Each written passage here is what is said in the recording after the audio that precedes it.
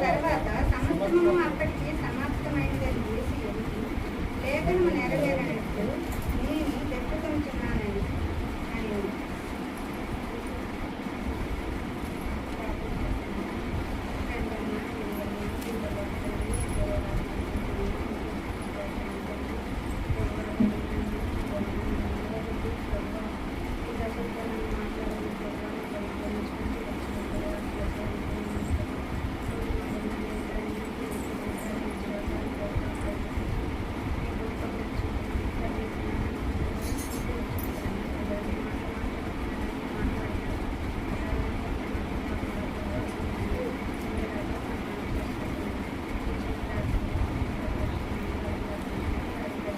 ఆమేన్.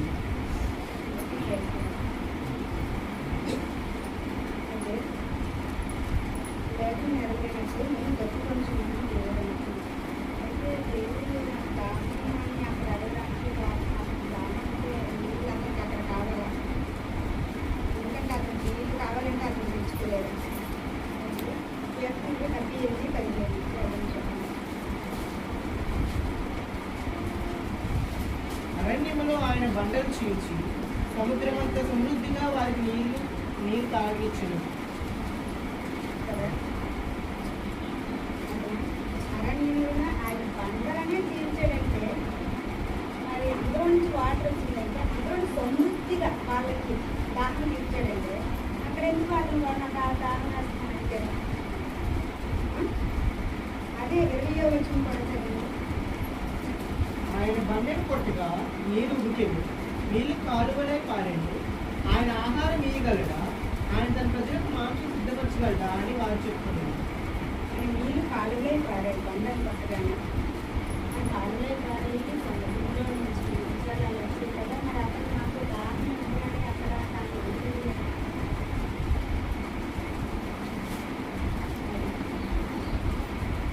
అది ఉంది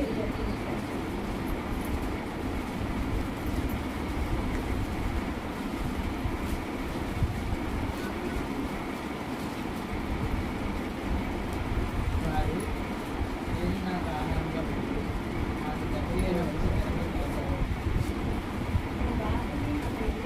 అక్కడ అతను దాహం తీరుస్తారు ఆత్మలు అంటే వీళ్ళు నాకు ఏమి ఇస్తారా అని ఆలోచన నేను ఎంత బాధపడుతున్నాను కదా దీనికోసం నేను అతను ముందే తెలుసు వాళ్ళు ఏమి ఇస్తారనేది ఇక్కడ వాళ్ళు అసలు తెలియదా దేవుడికి మొత్తం సమస్తాన్ని సృష్టించిన దేవుడికి వాళ్ళు నీరుస్తారా చేపిస్తారా దేవుడికి తెలీదా అయినా ఏమో ఈ లోన్ మార్పు వస్తుందేమో నాకు ఆలోచన చెప్పే కదా నేను చెప్పిన స్టడీ భాగం చూస్తాను కదా ఎక్కడైనా వీళ్ళు మార్పు నుంచి పొందుతారేమో ఎక్కడైనా నాకు మంచి నీరు ఇస్తారేమో అక్కడ అలా అడిగే నాకు దాహం ఇస్తారు అయినా అతను అనుకున్నట్లే వాళ్ళు చేర్చగానే ఇచ్చారు వాళ్ళు దీన్ని బట్టి మనం ఏంటి అర్థం చేసుకోవాలి లోకాల వార్త 16వ అధ్యాయం 19వ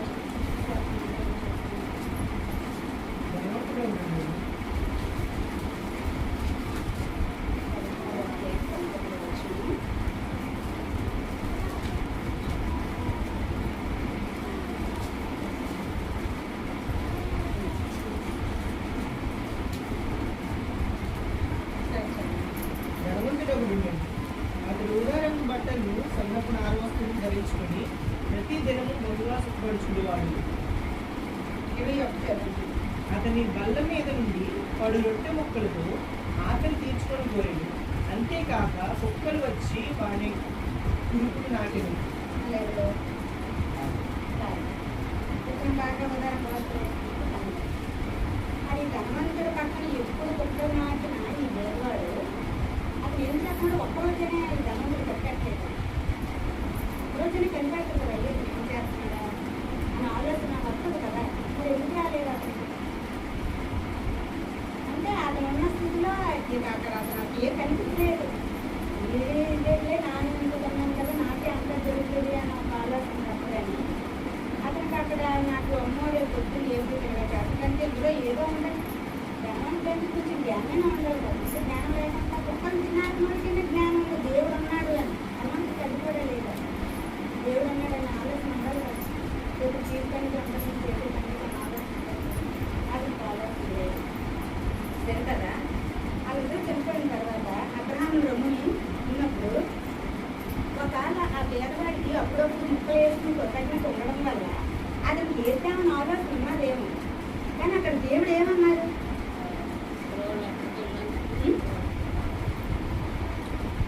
ఇది 4 చెప్తాను. చనిపోయిన అబ్రాము నా ఎందుకు కనికరపడి తన వేలికలను నేలలో ఉంచి నా నాలుకను చల్లార్చేందుకు లాజను పంపింది. నేను ఈ అగ్ని జ్వాలలో యాగం పడుచున్నానని కేకలు వేసి చెప్పాను. చెప్పాడు కదా. చెప్పాడు అంటే ఒకవేళ పక్కన చెప్పాడు ఒకవేళ వెళ్దామని ఆశ ఉన్నదేమో. కానీ అక్కడ దేవుడు ఆజ్ఞ ఏం చెప్పాడు?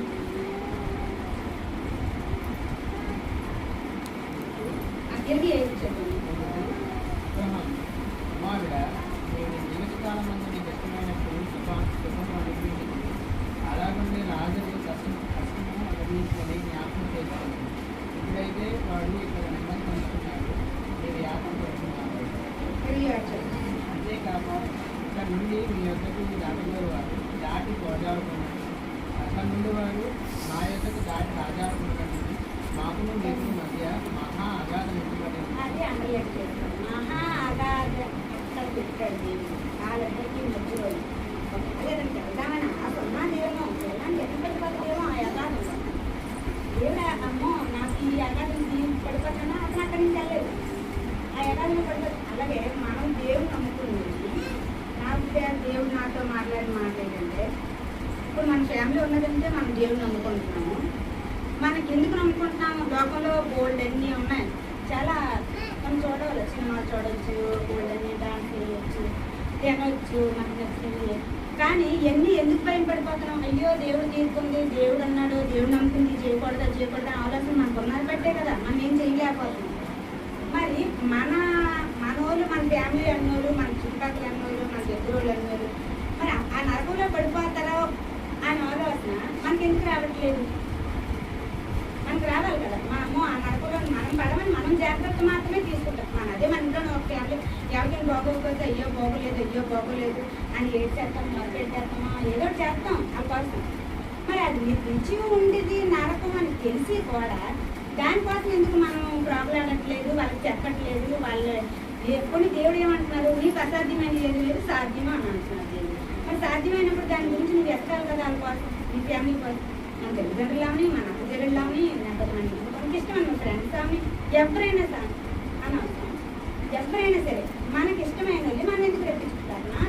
కొన్ని తనకి అర్థమేమైనా ఆలోచన మధ్యలో అగాధం పెట్టినప్పుడు అతను ఎలా రక్షించగలదు? మనం రక్షించగలం. రేపు పొద్దున్న మనకు ఒక అవకాశం వస్తుంది. నీకు అవకాశం అమ్మ రత్నం, మరి నీ పాత్ర కానీ నన్ను ఎవరైనా తీసి తెచ్చుకో అన్నారు అనుకో. మరి అగాధం మధ్యలో వెళ్తే నేను కాలిపోయి అతను తీసి తెచ్చుకోలేను కదా.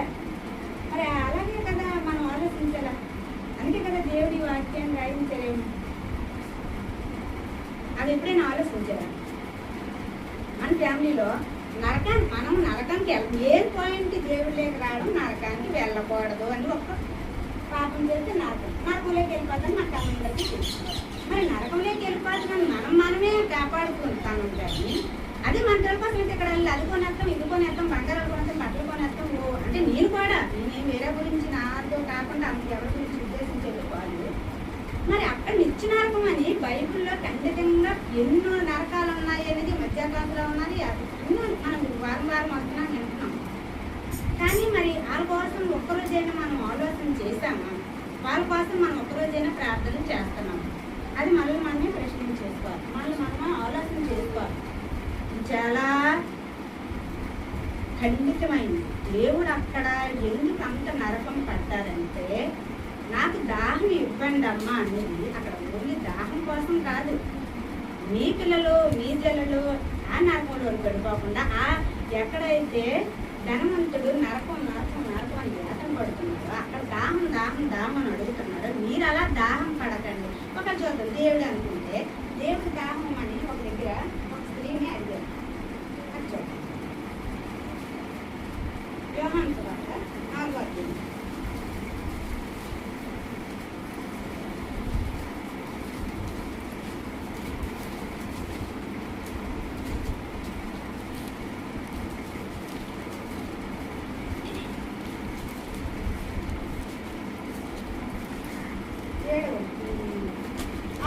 చదివాను. ఇక్కడ యాకోబు బావి ఉండేది గనుక యేసు ప్రయాణం వలన అలసి ఉన్న రీతిని ఆ బావి మీద కూర్చుండేను.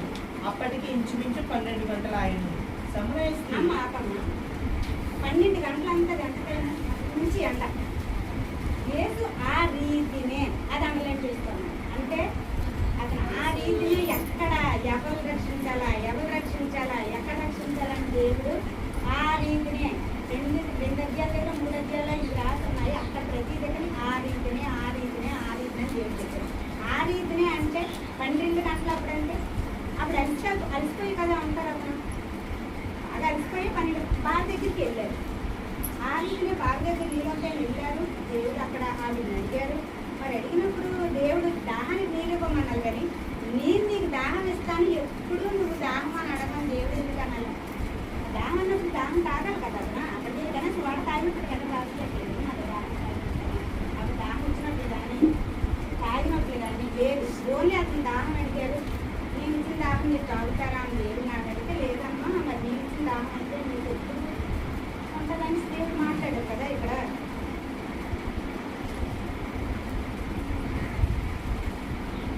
14 వచ్చిన చదవమ్మా. నేను ఇచ్చి నీళ్లు త్రాగు వాడెప్పుడు దప్పికొనండి. నేను వానికి ఇచ్చిన నీళ్లు నిత్య జీవనకై వానిలో ఊరిడి నీటి ముక్కగా ఉండడని ఆమెతో చెప్పాను. నిత్య జీవముకై ఇచ్చినట్టు నిత్య జీవం అంటే నిత్య జీవం అంటే పర్లోకం కదా. దాహానికి అక్కడ నిత్య జీవానికి దేవుడు ఇచ్చిపెట్టడా లేదా? నాకు దాహం అంటే అక్కడ దేవుడు నిత్య జీవానికి వెళ్ళాలంటే మీరు అతను అక్కడ అందులో ఏం లేకే కదా అతను బాధపడి నాకు దాహం వేస్తున్నాను. అతను అలసిపోయారు. అక్కడ అలసిపోయి ఆ రీతినే అక్కడ కూడా బాధపడ్డారు.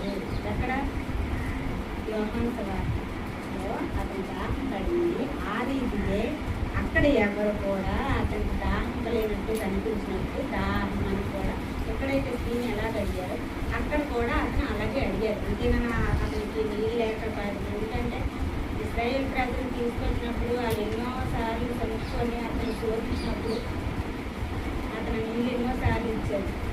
మరి 40 దినాలు యేసు ప్రభు తన ఉపవాసం ఉంది. మనం ఒక రోజున తీసుకుంటే కింద 40 దినాలు ఉపవాసం ఉండి కూడా 3 సార్లు సాతాను శోధించినప్పుడు దాంతో వెళ్ళారు అంటే అక్కడ ఓపుకున్నట్టే కదా. మరి అక్కడ దాహం ఉండాలి కదా. అక్కడ కూడా దాహం అడగలేదు.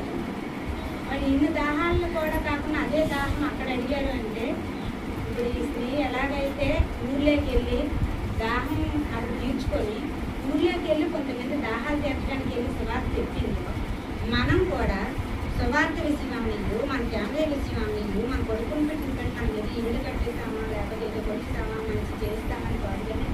ఇలా మనం మన పిల్లల కోసం ఆ నచ్చినర్కంలో పడకుండా దేవుడి దాహాన్ని తీరుస్తున్నామా లేదా మళ్ళీ మనమే పరీక్షణ చేస్తాము. దేవుడి